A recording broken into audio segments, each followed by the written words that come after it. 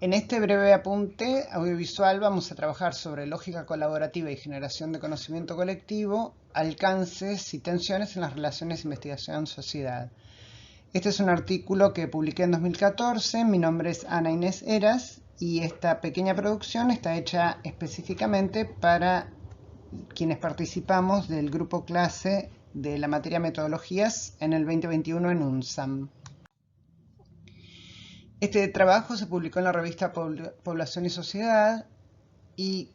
fundamentalmente se trabaja en él sobre qué es investigar, qué es la investigación colaborativa y por qué hablar de conocimiento de propiedad colectiva. Es posible acceder al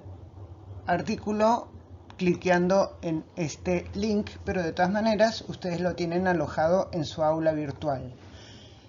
Sin embargo, si fueran al vínculo, y por eso lo dejamos aquí anotado, les va a interesar revisar cómo es la revista donde está publicado, qué otros trabajos trae, cómo trata la revista el copyright o los derechos de autor y autora, etc. Son cuestiones que resultan interesantes para que ustedes puedan ir comenzando a explorar. En este trabajo tomé una perspectiva biográfica. Varios y varias de ustedes ya en sus diarios notaron eso y algunos interpretaron que la posición biográfica daba a entender que los conceptos aquí tratados son muy relevantes para mí, no solamente en mi trabajo profesional, sino como enfoque de vida, y es cierto, es exactamente así. En la biografía que recorro, o la parte de la biografía que recorro en este trabajo, les explico cómo comencé mi trabajo como docente de profesora de educación física en una cooperativa de trabajo, y allí les voy comentando cómo se daba el formato de lo que se denominó ahí formación interna. La formación interna era para todos los asociados y todas las asociadas de la cooperativa, sin depender del rol que ocupasen. Es decir, si eras docente, había ámbitos de formación para docentes. Si eras trabajador administrativo, en lo mismo, en tu área de competencia, o sea, administración. Si eras de maestranza, de mantenimiento, de cocina, en esos roles. Y había una formación vinculada entonces al rol profesional de cada uno y cada una y también al rol de la autogestión cooperativa. O sea que la formación interna tenía el doble carácter de formación profesional en el área específica de desempeño y de formación para la gestión colectiva de la propiedad de la cooperativa. Explico allí entonces que como parte de la formación interna teníamos la posibilidad de documentar nuestra propia práctica docente, realizar análisis, elaborar los resultados y plantearlos por escrito en la revista de la cooperativa que se llama Hacer Escuela. Hay un error de tipeo, pero es Hacer Escuela. Esa revista iba publicando periódicamente tanto trabajos de socios y socias de la cooperativa como de personas externas a la cooperativa, y en ese sentido era una revista que buscó un horizonte un poco más amplio que el interior de la cooperativa. Luego explico que realicé estudios en el exterior y que allí fui dándole forma a mucho del trabajo que ya había venido realizando como docente, con el marco que refiere a la reflexión sobre la práctica docente, pero en el exterior el marco conceptual que fui aprendiendo se vinculó a una teoría que permite comprender e interpretar cómo se genera el conocimiento en interacciones de aula. Esta perspectiva toma diferentes nombres. En el trabajo que hacíamos nosotros y nosotras en Estados Unidos se tomaba como referencia las áreas de la sociolingüística de la interacción y de la etnografía combinadas, pero algunas personas lo denominan etnografía combinado con análisis del discurso o etnografía combinada con interacción desde otras perspectivas, no solamente desde la sociolingüística de la interacción, sino por ejemplo desde la etnometodología, que es otra perspectiva para comprender y analizar cómo se genera conocimiento en interacción. La diferencia, por ejemplo, entre la etnometodología y la sociolingüística de la interacción es que la etnometodología, si bien trabaja con material discursivo, trata de comprender más específicamente cuáles son los métodos que las personas nos damos para generar las interacciones y así construir conocimiento. En cambio, la sociolingüística de la interacción no presupone que haya métodos, sino presupone que hay un continuo de relaciones que se van dando en el tiempo y en el espacio, y que como participantes de esas relaciones nosotros vamos a la vez generando estructuras, instituciones, por ejemplo, organizaciones, pero también modificándolas. La metodología que se usaba en ese equipo de trabajo era la de construir conocimiento con otros, y aquí otros eran los estudiantes de las aulas, sus familias, la comunidad, otros docentes, otros profesores, otros estudiantes. Sin embargo, en mi trabajo doctoral solamente me concentré en estudios en escuela primaria, pero cuando egresé y me quedé trabajando en los Estados Unidos, expandí esa metodología a familias, escuelas y comunidades de escuelas primarias, secundarias y de la universidad. De ese modo hice un trabajo que ligó a los estudiantes que trabajaban conmigo en la universidad con los estudiantes que trabajaban con los docentes con quien yo armé equipo en las escuelas, e intercambiábamos los lugares, por lo cual a veces los estudiantes universitarios enseñaban a los niños ciertas cosas en sus aulas, los niños venían a la universidad a enseñarnos a nosotros otros aspectos de su trabajo y también intercambiábamos los roles docentes. Ese aspecto de la colaboración hizo posible generar algo que en etnografía se suele denominar la observación participante o la participación en observación. Ahí vale el juego de palabras entre los dos términos, algo que algunos y algunas de ustedes ya comenzaron a observar y plantear en clase. Y también el aspecto de ponerse en la perspectiva de otra persona, es decir, al asumir el rol, por ejemplo, en mi caso de docente de escuela primaria o secundaria, tomaba la perspectiva de los docentes que habitan las aulas día a día y viceversa. Al trabajar los docentes con mis estudiantes en rol docente, también tomaban la perspectiva de docente universitario o universitaria. Ahí en ese trabajo voy relatando que a partir de construir ese modo de colaborar para producir conocimiento, el foco estuvo puesto en cómo se podía producir una educación bilingüe bicultural o también plurilingüe e intercultural en contextos de alta segregación. Las escuelas donde yo trabajé eran escuelas que, pese a su perspectiva de política pública inclusiva y a los dispositivos que generaban para generar, valga la redundancia, una inclusión muy amplia, estaban en contextos sociales y políticos de alta discriminación y de alta segregación. De esta manera, en un momento del trabajo hubo un ataque muy fuerte a la política pública bilingüe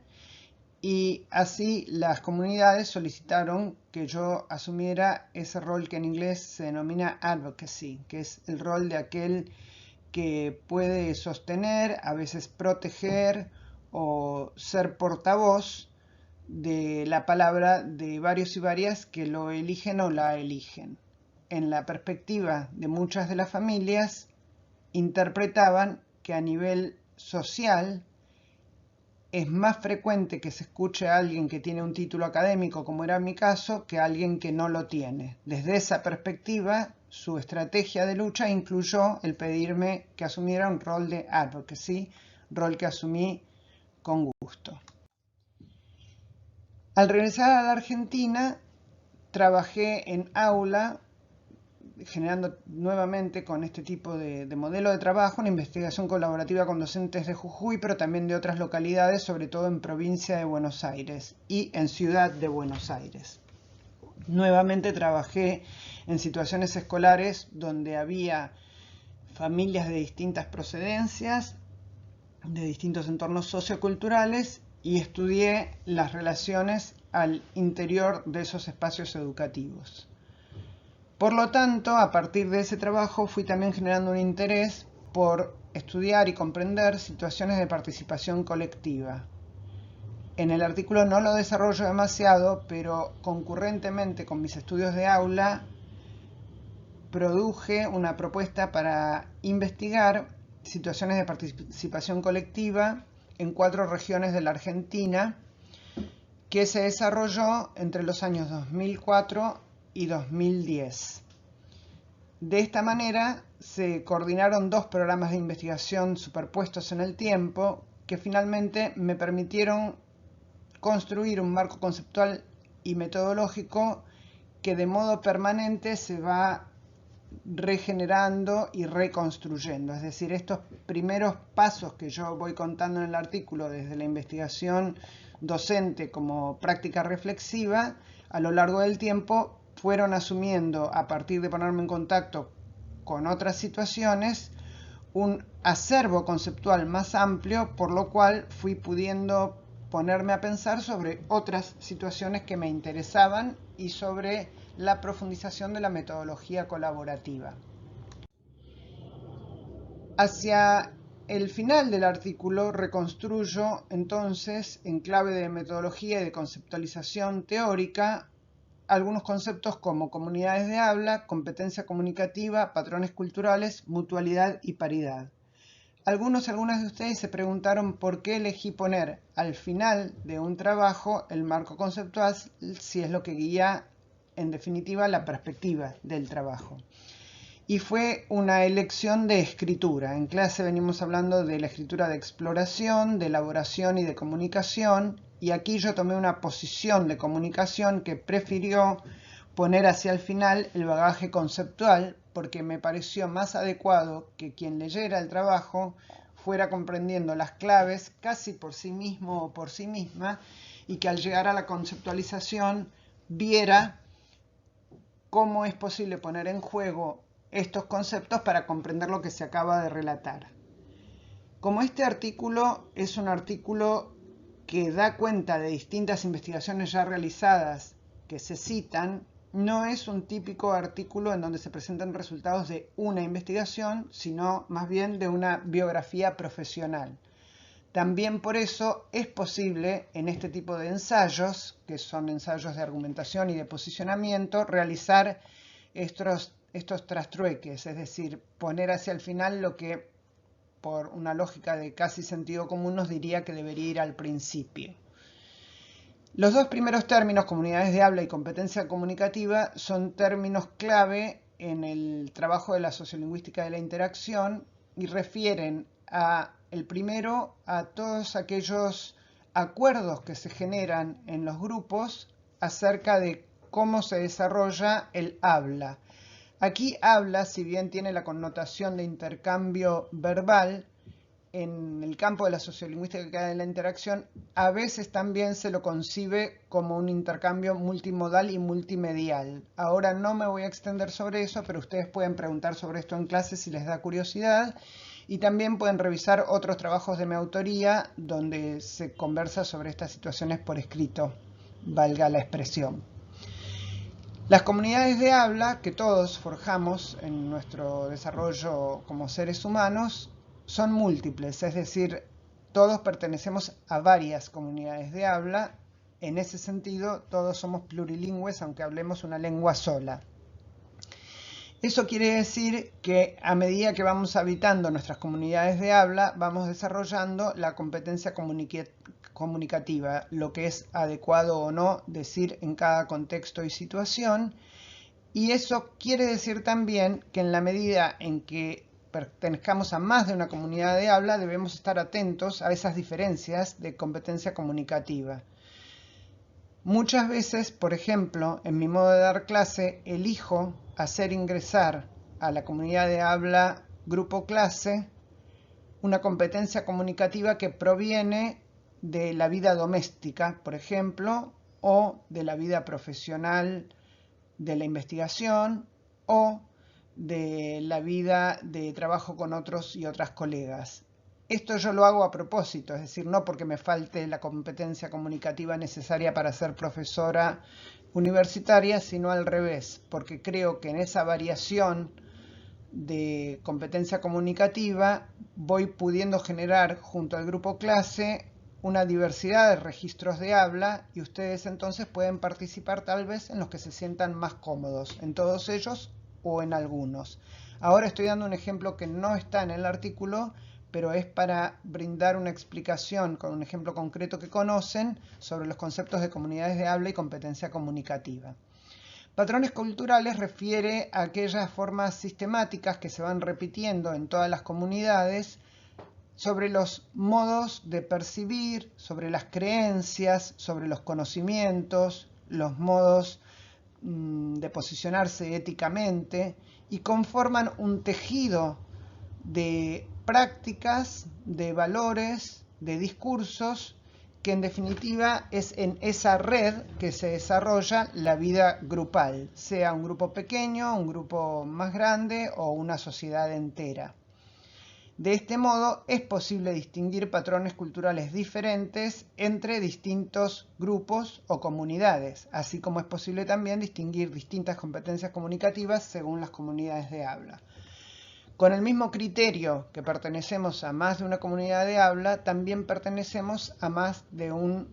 grupo o de una cultura en nuestras vidas cotidianas. Es importante que comencemos a pensar sobre estos aspectos, en tanto como somos educadores y educadoras, nos permite la posibilidad de comprender otros registros de habla o patrones culturales diferentes, porque precisamente de esto se trata también el trabajo que se hace en sociolingüística y etnografía, comprender esa diversidad humana.